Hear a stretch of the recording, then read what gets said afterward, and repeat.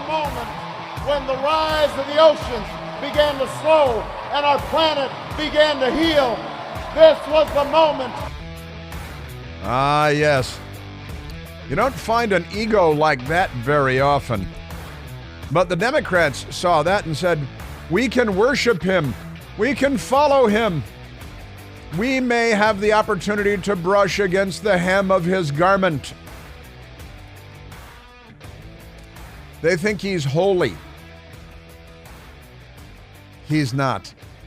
Sonny from Chicago is saying, watching C-SPAN, had C-SPAN on there in the background, and how misinformed people are. And Sonny, I'm sorry I ran out the clock on you, but you know, it's their boy Joseph Goebbels said, or Gurgle said, if you ask the Reverend Al Charlatan, a lie told once remains a lie. A lie told 1,000 times becomes the truth. And the Democrats definitely subscribe to that. They are the party of, they're carrying on the traditions of the Socialist Workers' Party and Joseph Goebbels. Joseph Goebbels. Did I hear you correctly say that perhaps he was influenced by Gurgle? It's possible that you did hear me correctly, that he was influenced by Gurgle. Possibly Gurgle. That's, Gurgle. Who's Gurgle? Gurgle is Joseph Goebbels after Ted Kennedy gave him a ride home. See, that's... We're told that, Goebbels and the great lie. You keep repeating the lie, repeating the lie. That's right. Repeat the lie and you repeat the lie. And that's what they do. And Trump is a dictator. He's going to be a dictator in the future. But he was already president for 4 years. Was he a dictator?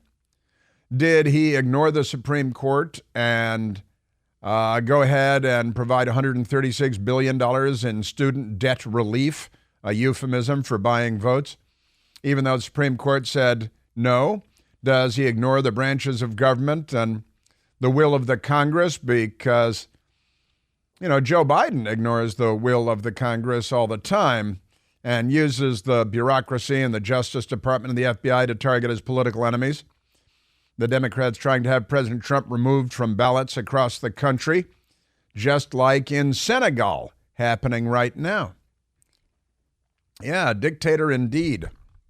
Indeed. You never went bowling with Goebbels either, I suppose, eh? Never went bowling with Goebbels either, I suppose. Amazing times. Amazing times we're in. Yes, we are. Now, let's go to number 17. Number 17. Van Jones.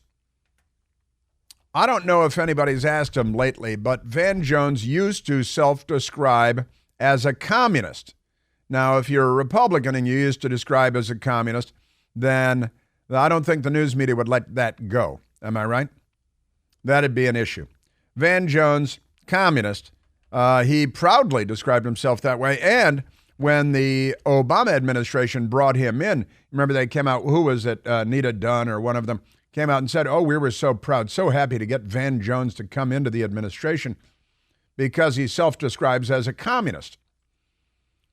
Barack Obama's mentor as a teenager, since he lived a fatherless life, was being raised by his grandparents because his father went back to Africa to continue his career as an alcoholic until he crashed and died in a drunk driving crash.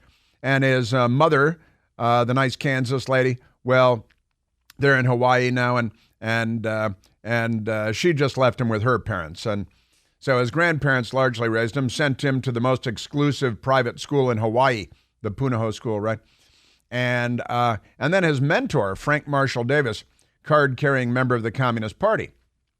Just a coincidence. Then they bring Van Jones into the White House, very proudly, self-described communist. And then Barack Obama made John Brennan, a.k.a. Penitentiary Face, made John Brennan the CIA director. John Brennan had, of course, voted for the Communist Party candidate for the presidency of the United States, Gus Hall. Gus Hall. That is, do you see a pattern emerging here? Because I think there is a pattern that could be detected.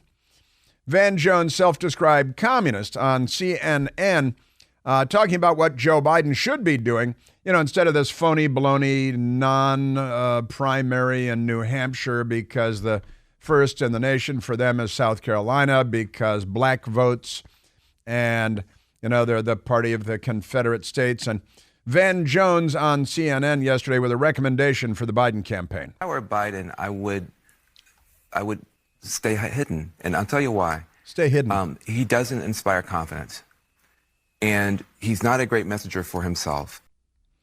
He doesn't inspire confidence, and he's not a great messenger for himself, like Barack Obama is. This is the moment the rise of the oceans began to slow, and the crowd goes wild, like it's like the old days in Munich. Really, honestly. So he should stay hidden because he doesn't inspire confidence, and he's not a good spokesman for himself. Well, even Van Jones admits that it did work for him last time. There's something wrong with this campaign where we're somehow expecting Joe Biden, who frankly hid during the last campaign, to come out now and be Flash Gordon and save his own campaign. Flash Gordon? He's going to come out and be Flash Gordon? He's got pudding running down his chin. He's in a high chair with socks on, swinging his legs back and forth. Flash Gordon is not, boy. And you may remember back in 2020, it was Terry McAwful, the then governor. Was he then governor of the Commonwealth of Virginia? He either then governor or former governor of the Commonwealth of Virginia. And he was the chair of the Democratic National Committee as well. And he's Terry McAwful. And what did he say in 2020 Joe Biden ought to be doing? People say all the time, we got to get the vice president out of the basement. He's fine in the basement. 2 people see him a day, his 2 body people. That's it. Leave him in the basement. Keep him in the basement. He doesn't have to run because the media campaigns for him. And that goes to what Sonny was talking about, too. Why are so many people misinformed? And Sonny, you used the right term because so many people are not. There are people who are uninformed. But Sonny made reference to people that are misinformed. How do you become misinformed? Well, you get your news from CNN and the Washington Post and the New York Times and the Chicago Tribune, and then you're misinformed. What is the old Mark Twain quote, I believe it was. In fact, Samir, our parking garage guy, who's a great guy from Africa, and he's a wonderful guy, and he loves to tell jokes. And I ran into him recently, and he said to me, Chris, Mark Twain used to say, if you don't read the newspapers, you're uninformed.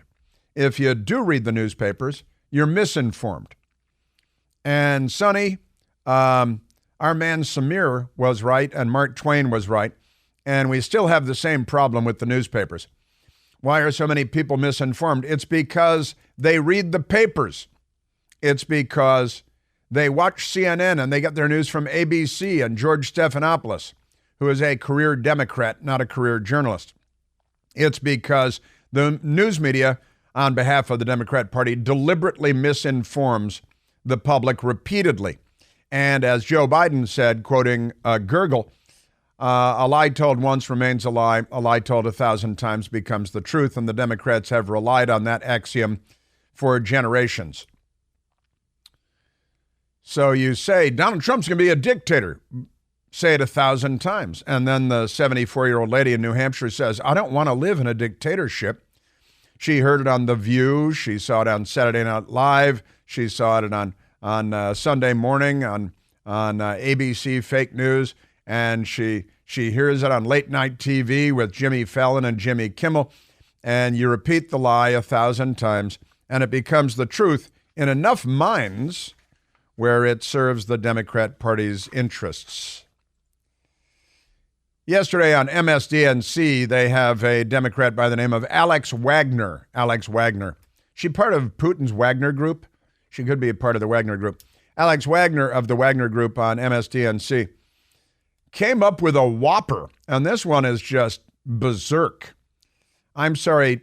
First of all, it's Democrats that came up with birtherism, the idea that Obama was born in Africa, and that his aunt in Africa didn't help, saying that she was there when he was born in Africa. But never mind that. Alex Wagner yesterday said that Trump is somehow engaging in birtherism, which would be a suggestion that you weren't born in the United States and therefore not eligible to be president. When it comes to Nikki Haley, and this is what you, I mean, and this also goes to, Sonny, to what you're talking about of people being misinformed. Not many people watch MSDNC, but if you do watch MSDNC, you are misinformed. And if you believe what you're being told, you're going to go around and regurgitate falsehoods because that's what the party would have you do. Donald Trump has already started going for the jugular with the birtherism stuff and Nikki Haley. I mean, it is going to be a bruising next month for this woman who very clearly did not want to talk about being the daughter of immigrants, did not want to talk about being the governor that took the Confederate flag down from the state capitol in the wake of the Mother Emanuel shooting. I mean, this is all stuff that I think for the general election could be, you know, important data points for Nikki Haley, but in a primary process that where nativism and xenophobia and latent, if not explicit, racism has proven to be mana, I think it's going to get really, really ugly. I think she meant mana. So what is it? Racism and xenophobia and birtherism, and that is what President Trump is allegedly doing about her, Nikki Haley, being the daughter of immigrants from India. I don't think any of that has happened, but if you watch MSDNC, yeah, Trump's doing that. You're out of your minds. You're all out of your minds. You do understand that. I don't think they do understand that, but we should understand that. The important thing is that we understand that. Just crazy. These people. I'm going to get to the terrorists at the border and Joe Biden coming up, but let's go back to the telephones because we have Frank on the line calling from New Hampshire, the home of yesterday's competition. Frank, you're on the Chris Plant Show. Hi, good morning, Chris. My wife and I enjoy your show every morning. We just love it. Dixville Notch, the first time Dixville Notch had its election was in 1960. I was a kid. And I woke up and the paper was blasted that Nixon carried it 9-0 against JFK. That's great. And Nikki Haley carried it 6-0 night before last, right? Yeah, and Biden carried it 6-0 last year. I guess the 6 people didn't know. To back up on Dixville Notch, Dixville Notch is technically, there was a hotel there called the Balsams. And the Balsams was a year-round resort. It was very trendy. It's since gone out of business. But the people that lived at the Balsams were the ones that voted. They were basically the only people in town. I mean, the Balsams was the only big business in town. Dixville Notch is 30 miles south of the Canadian border. So right. It's just a nice thing to see. They still do it every year, and it's still, kind of interesting. But the hotel's closed, so I don't know where those people are living or what they're doing, but it was interesting. One other point, if I can get to, I am an unaffiliated voter, and in New Hampshire. I've been here for 25 years or so. Uh-huh. And I do it because I just like to have the luxury of going to the, taking a Republican ballot or taking a Democratic ballot, and I've done it. I guess from the Boston politics, I'm called what's called a spike, and you're voting against somebody to take them out. That's so I may do that on the Democrat side or the Republican side. So that's why I'm an independent. But generally speaking, I vote Republican most of the time because it's still it's quite frankly, I hate to get off topic a bit. But as I tell people that want to talk politics, I say, there's a vote going on that you people aren't listening to and no one's watching. Forget Trumpy and forget Biden. The top 5 states that are controlled by Democrats are hemorrhaging population, and the top 5 states gaining population are Republican. And, people are voting with their feet. And I think that's why the Democratic Party is so angst to basically hold federal power, because that's where the printing press is. But some of these states are just hemorrhaging cash. If I could say one more thing, Chris, I live in New Hampshire. I'm a Massachusetts refugee, And Massachusetts just passed what do you call it, a millionaire's tax. And it's having some adverse effects already. And, let's face it, millionaires already have a place in Florida, or they have a place up here in New Hampshire on the lake. And it's not so hard to, sell the house down there and, move up here or move to Florida or do 6 months in a day down in Florida. So I just don't get it because New Jersey tried it and it failed. And I don't know when Massachusetts is trying it. I think it's going to backfire. Well, they're Democrats and they never learn, I think, is the short answer. They're ideologues, and the results that they produce are unimportant to them. Their ideology is paramount, and they know they produce negative results again and again and again, yet they keep doing the same thing over and over and over. And every day is an IQ test, but this to me indicates that they're ideologues who are unconcerned about the effects their policies actually have on people, as long as they're in power. And Frank, you got a lot to say. Great call. I'm glad you called in. Thank you very much. Have a great New Hampshire day. Hey, it's Chris Plant, excited to tell you about our July 2024 Listener Sea Cruise. We'll be sailing around the British Isles, visiting Scotland and Ireland. Please join us. Visit chrisplantcruise.com. Now, here's another amazing story that the news media is not covering and has to do with radical Islamic jihadi terrorists sauntering in across our southern border. And it was the First Responders Media online that asked a question of an illegal alien walking into our country across the southern border and said, "Hey, where are you from?" And the tall, lean, bearded man in his 30s said this. If you are smart enough, you will know who I am. But you are really not smart enough to know who I am. But soon you're going to know who I am. But soon you're going to know who I am. If you're smart enough, you're not smart enough, you'll know who I am. Well, it turns out that this guy, I played the audio for you day before yesterday of this guy coming across our border illegally. And it turns out that his name is Movsem Samadov. Movsem Samadov is the head of the Islamic Party of Azerbaijan. Now, why was the head of the Islamic Party of Azerbaijan, Central Asia, sneaking illegally into the United States of America? And why did he say, "Soon you will know who I am. You will all know who I am"? Well, maybe we'll find out. But this is Joe Biden's America. Better batten the hatches. Head of the Islamic Party of Azerbaijan. Here he is wearing his kufi, got his beard, got his scarf on here. I don't think he's a friend of America.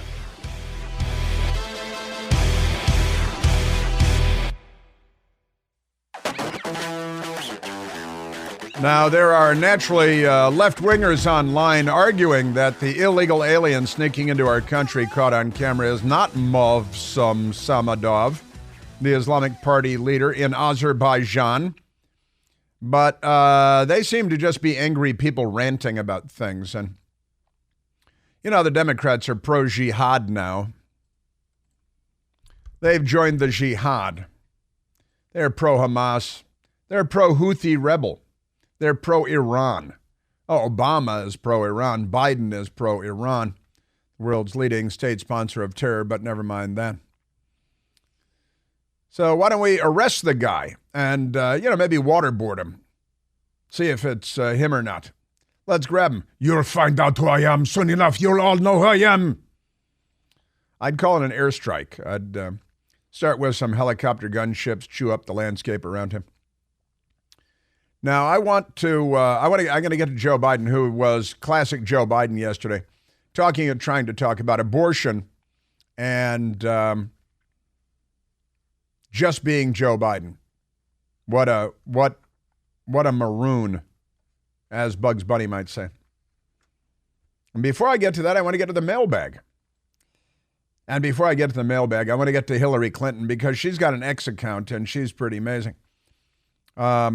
She's very upset that Margot Robbie, who's an actress, was not nominated for an Oscar. we learned the Oscar. I used to follow the Oscars and movies. They don't really make movies anymore. And, biggest producers in Hollywood are Barack Obama and Michelle Obama. We're like the Philippines in the 1970s, something like that. But Margot Robbie was not, and what she's in the Barbie movie. And we're supposed to get we're supposed to shower the Barbie movie with Oscars. And when that doesn't happen, and I think they did get like 2 or 3 nominations for the Barbie movie, it's a cartoon puppet show. And this other woman, Greta Gerwig. Yeah, Greta Gerwig, whose name is Greta Gerwig. Let's start with that. She was not nominated either. For Best Director. Yeah, because she directed Barbie. Wow. So Hillary apparently really liked the movie about a girl's doll. That's something. And so Hillary, ex post, Greta and Margot. We all know that she's talking about Greta Gerwig and Margot Robbie. And Hillary wrote, presumably, while it can sting to win the box office but not take home the gold. Now, what do you think she's talking about there? Your millions of fans love you. Why would she tweet that about Margot Robbie and Greta Gerwig not being nominated for Oscars? Well, it's because she's still bitter about losing to Donald Trump. And she's going to her last breath when she dies many years from now. When she takes her last breath, it will be a bitter breath about losing to Donald Trump. And we should all take solace in that because I think that's good news. You can run the best campaign. You can even become the nominee. And you can have the election stolen from you. Yay. Woo! They all cheer. Have the election stolen from you. That's all they heard. Have the election stolen. That means we can steal the election, right? We can do that. Because Hillary said the election was stolen from her. Who else said? Terry McAuliffe said the election was stolen in 2000. And Terry McAuliffe said the election was stolen in 2004. And we played audio today of Terry McAuliffe in 2020 saying Joe Biden should stay in the basement. And now the communist Van Jones saying Joe Biden should stay in the basement and not campaign because the media will do his work for him because we're a banana republic, because we're a third world country. Yeah, Hillary Clinton, while it can sting to win the box office but not take home the gold, she's like, I know what it's like to not be nominated for an Oscar. Because I lost the election to Donald Trump. Your millions of fans love you. Your millions of fans. Wasn't Margot Robbie? She was like the pretty girl in the Wolf of Wall Street, right? That's yeah. Right. And Hillary writes, "You're both so much more than Keno." It's Kenough. Kenough. Who's that? It's from the Barbie movie. Who cares? And it's kind of funny. The first response to Hillary Clinton on X is Ken Klippenstein. Ken Klippenstein wrote, Margot really should have visited Wisconsin.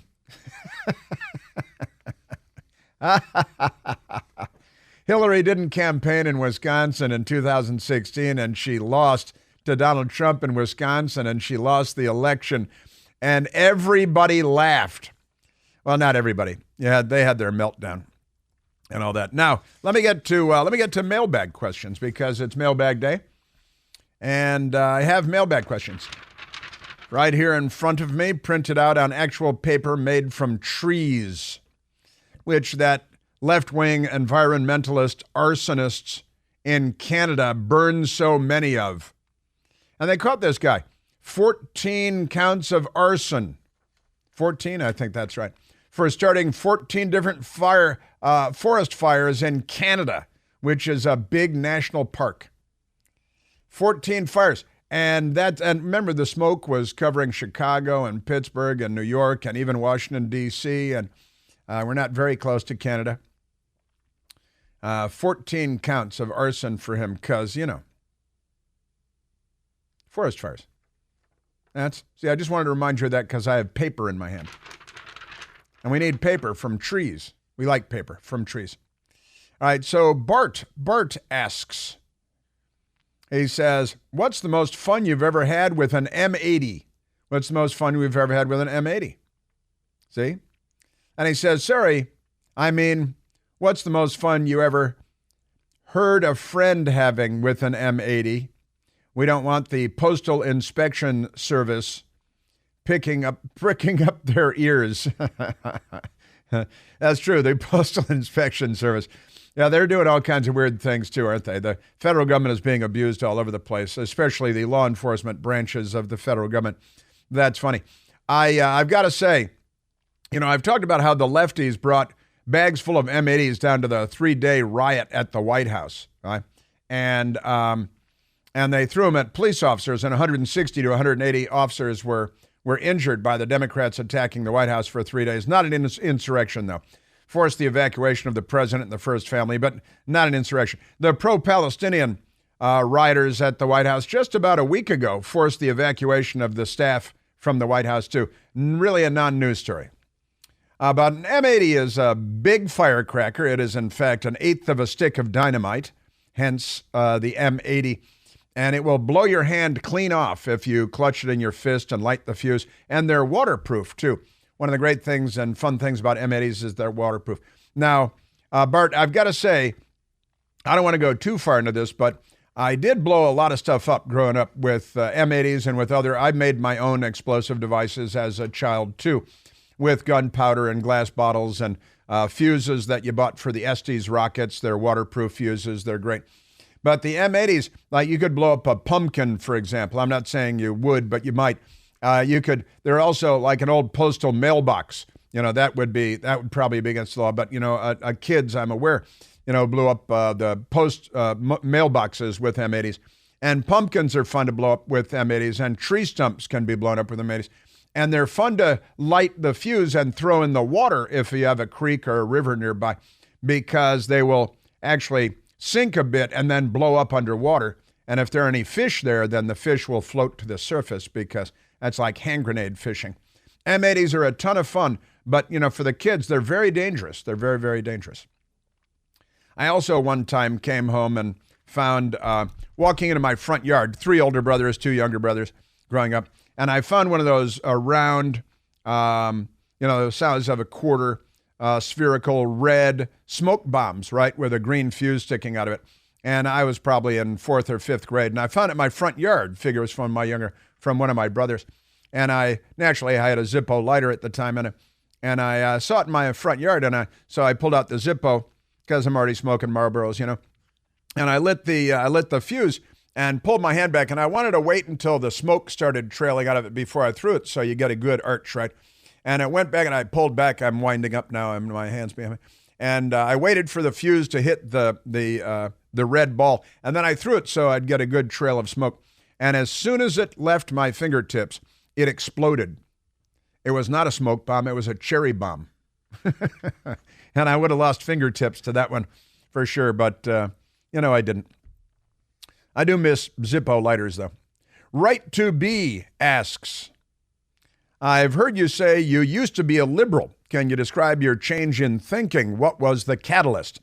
It's true, I grew up in a Democrat Party household, and, liberal in the way like my stepfather, who I called Dad, was traveling with Martin Luther King as a reporter and crossing the Pettus Bridge and living in Chicago, the riots in Chicago. My pregnant mother had to run away from the riots in Grant Park and stuff.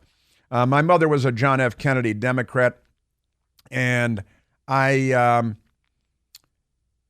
with all that said, that was kind of normal at the time. Obviously, you're pro-civil rights. Every reasonable person was.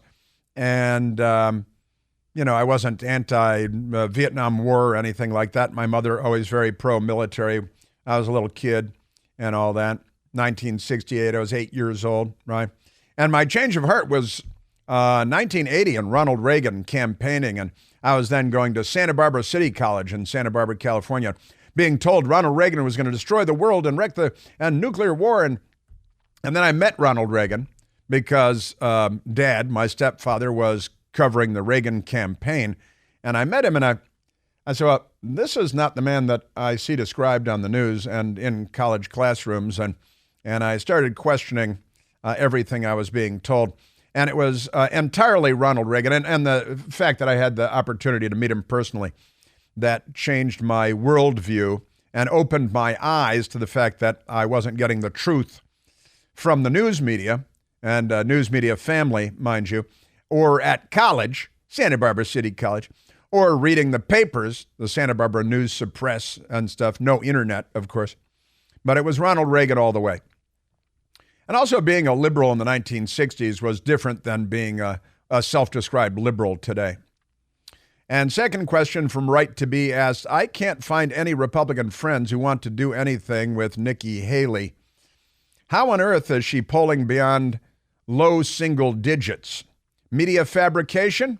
Well, again, it's information dominance, and the anti-Trump crusade is the primary driver there, I think. And people are told terrible things about her that may not be true. They're told good things about her that may not be true. It's the anti-Trump thing. And some Republicans fall into that category. But mostly it's the anti-Trump everything, right? T-Bone asks, Chris, during the Vietnam War, 58,000 Americans died over a 10-year span, even more than that, 1959 to 1975. Throughout the conflict, and there were anti-war protests raging in the country. True. Now the left is engaging in anti-Israel protests, pro-Hamas protests. They're anti-Israel winning the war. Interesting. And T-Bone asks, today 100,000 people die annually from fentanyl, yet nobody utters a peep. Is there an explanation as to why nobody cares? And it's true, we have more than 100,000 fatal drug overdoses in the United States on an average year these days. And the actual fentanyl alone number, I believe, is 73,000 to 74,000 just from fentanyl flowing across our southern border. Can you explain? I think I can. The left doesn't care about human life. They're not liberals. They're the left. They could care less about 100,000 fatal drug overdoses in the United States every year. Joe Biden, I don't think, has ever mentioned it, but he's very concerned about his son's crack addiction, and that's fair. But 100,000 deaths, a great many more than the Vietnam War and the Korean War combined in a single year in the United States, not a peep out of our political leaders. How can that be? And I really believe it's because they're pro-drugs. They've been pro-drugs forever. They're in the process of legalizing drugs. They'll tell you pot's not a gateway drug, but every heroin addict smoked pot first. But never mind that. And the answer is the left cares not about human life. They literally don't care about human life. And I believe that's the root of the total disregard for 100,000 fatal drug overdoses a year. Independent Normal Guy asks, do you believe Trump can overcome the margin of fraud the Democrats will likely engage in 2024? That is a great question. And it remains to be seen. I'm not sure I can answer that question because it's the future, And certainly they're going to try. They're going to pull out all the stops. They're monkey wrenching the system in New Hampshire, right? They're propping up Nikki Haley in an effort to drag down President Trump. They're writing in Joe Biden because he's not on the ballot. They don't really hold our systems, our customs, our laws in very high regard either. So, independent normal guy, that remains to be seen. I'm afraid is the only answer available for that question. It's a great question, and we've got to keep our eyes peeled, which sounds painful, but is a good idea anyway. Now, I've got Joe Biden yesterday. He spoke, and it didn't go well. Let's get to election denier Joe Biden yesterday in Virginia at a pro-death, anti-life rally where they're cheering, yes, we love children's organs, something like that. Joe Biden. Hello, Virginia. And the real governor, Terry McAuliffe. And the real governor, they're all confused. They're like, what are you talking about? The former governor, former DNC chair, who's an election denier himself, 2000 and 2004. Where's Stacey Abrams? Was he looking at Stacey Abrams when he said the real governor? Because Terry McAwful, crazy. And then Joe Biden was talking and he was heckled by the pro-genocide, the anti-Semites in the crowd, and he claimed it's a MAGA woman. Jill and I had a chance to sit down.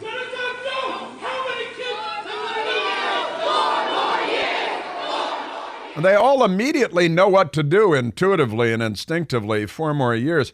He's yelling, how many kids have you killed today? Because the genocide against the Palestinians. And completely crazy. Boy, Joe Biden. It's outrageous. And frankly, another heckler. Donald Trump and MAGA Republicans, including the woman hollering. That's a MAGA Republican hollering at Joe Biden that he's committing genocide. He's Genocide Joe. That's a Democrat Party label for him. Joe Biden. Let's go to number 5. Joe Biden doesn't speak very well, as we know. And he's attacking. So the lady that is yelling the pro-Hamas stuff, and obviously a Democrat. Oh, yeah, like the MAGA lady. No, you lie about everything. And Terry McAwful, the real governor. Right. And Joe Biden attacking Donald Trump. Donald Trump is betting you won't vote on this issue. But guess what? He's betting we won't hold him responsible either for taking away the rights. He's betting you're going to stop caring. He's betting you're going to stop caring. I guess I skipped number 4. We should do number 4, right? Number 4. We'll teach Donald Trump a valuable lesson. Don't mess with the women in America unless you want to get the benefit. Don't mess with the unless you want to get the benefit. What? What are you talking about? What in the name of God? And now he's talking about the Civil War again. The election of 1864, he's talking about. When Abraham Lincoln, before being shot in the head and killed by a Democrat, was running against former General George McClellan. I believe 2024 is going to be the most important election we've had since 1864. Since 1864. Kind of ironic because that was the second election of Abraham Lincoln, the first Republican president, the Emancipation Proclamation, all that good stuff. And Joe Biden was born closer to that inauguration than to his own.